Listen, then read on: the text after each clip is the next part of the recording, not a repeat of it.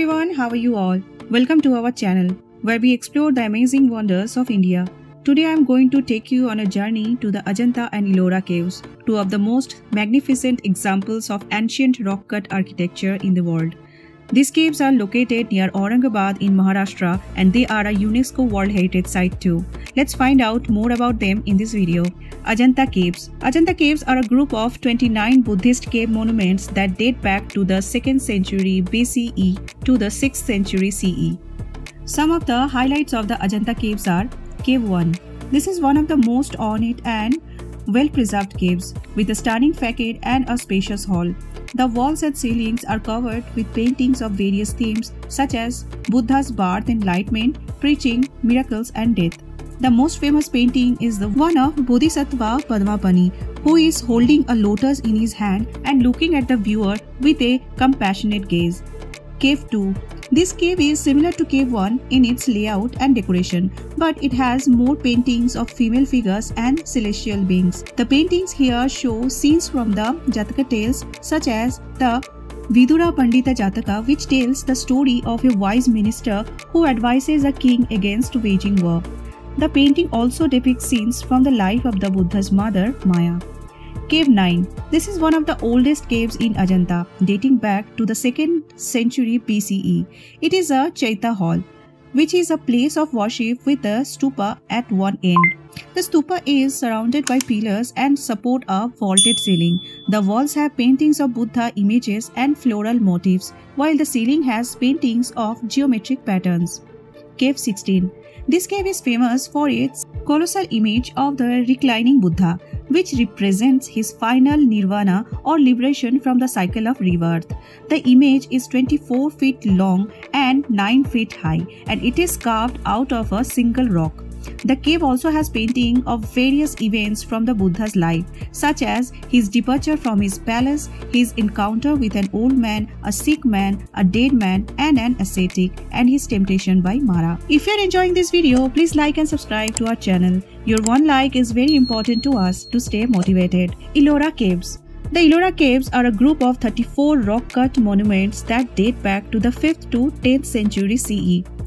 They are located about 30 kilometers from Ajanta and they represent 3 different religions: Buddhism, Hinduism and Jainism. The caves are arranged in a linear order along a basalt hill with 12 Buddhist caves in the south, 17 Hindu caves in the center and 5 Jain caves in the north. The cave showcases the harmony and tolerance that existed among these faiths in ancient India. Some of the highlights of the Ellora Caves are Cave 10. This is also known as the Vishwakarma Cave or the Carpenter's Cave because it looks like it is made of wood rather than stone. It is a Buddhist Chaita hall with a ribbed ceiling that resembles wooden beams. The hall has a large stupa with a seated Buddha image in front of it. The walls have sculptures of Buddha figures in various poses and gestures. Cave 16. This is also known as the Kailasa Temple or the Kailashnath Temple because it is dedicated to Lord Shiva and his abode on Mount Kailash. It is one of the largest and most impressive rock-cut structures in the world, measuring 82 meters long, 46 meters wide and 32 meters high. It was carved out of a single rock by scooping out more than 2 lakh tons of stones. The temple has a pyramidal shape with 4 levels, each decorated with intricate carvings of gods, goddesses, animals and scenes from Hindu mythology. The temple also has a courtyard with 2 huge elephants flanking a Nandi bull statue. Cave 29. This is also known as the Domar Lena or the Sita Ki Nahani because it has a water cistern that resembles a bathtub. It is a Hindu cave that is modeled after the Elephant Caves near Mumbai. It has a large hall with a central shrine that houses a lingam, which is a symbol of Shiva. The hall has 4 doorways, each with a guardian figure. The walls have sculptures of Shiva in his various forms such as Nataraja, the Lord of Dance, Ardhanarishvara, the half-male and half-female form, and Andhakashuravada, the slayer of the demon Andhaka. Cave 32. This is also known as the Indra Sabha or the Indra's Assembly Hall because it has a large hall with pillars and a balcony. It is a Jain cave that is dedicated to Mahavira, the 24th and the last Tirthankara or spiritual teacher of Jainism. The hall has a shrine with an image of Mahavira sitting on a lion throne. The walls have sculptures of other Tirthankaras as well as Yakshas and Yakshis, who are the attendants and protectors of the Tirthankaras. The ceiling has paintings of lotus flowers and geometric designs. So these are some of the amazing features of the Ajanta and Ellora Caves, which are a testimony to the rich cultural heritage and artistic legacy of India. So how can you reach these caves? Well, there are several options depending on where you're coming from. The nearest airport is Aurangabad, which is well connected by flights from many cities in India.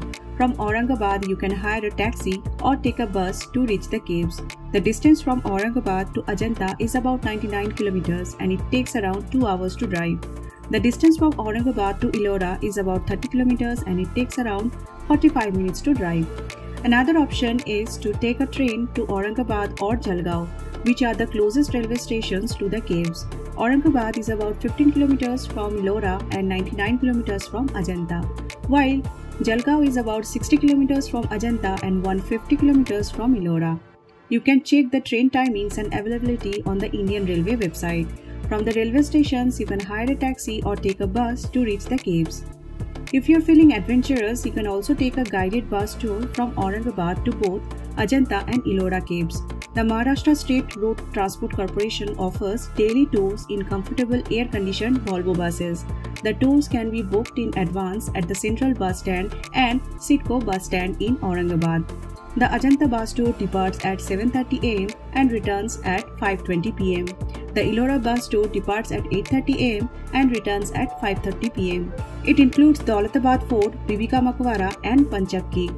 Now that you know how to reach Ajanta and Ellora Caves, let me tell you when to visit them. The best time to visit these caves is between October and March, when the weather is cooler and more pleasant. You can avoid the scorching heat of summer and the heavy rains of monsoon by visiting during this period. The caves are open from 9 am to 5 pm every day except Monday for Ajanta and Tuesday for Ellora. I hope you enjoyed this video and learned something new. If you did, please give it a thumbs up and subscribe to my channel for more videos like this. Also, let me know in the comments below which cave you liked the most and why. Thank you for watching and see you in the next video. Bye bye for now.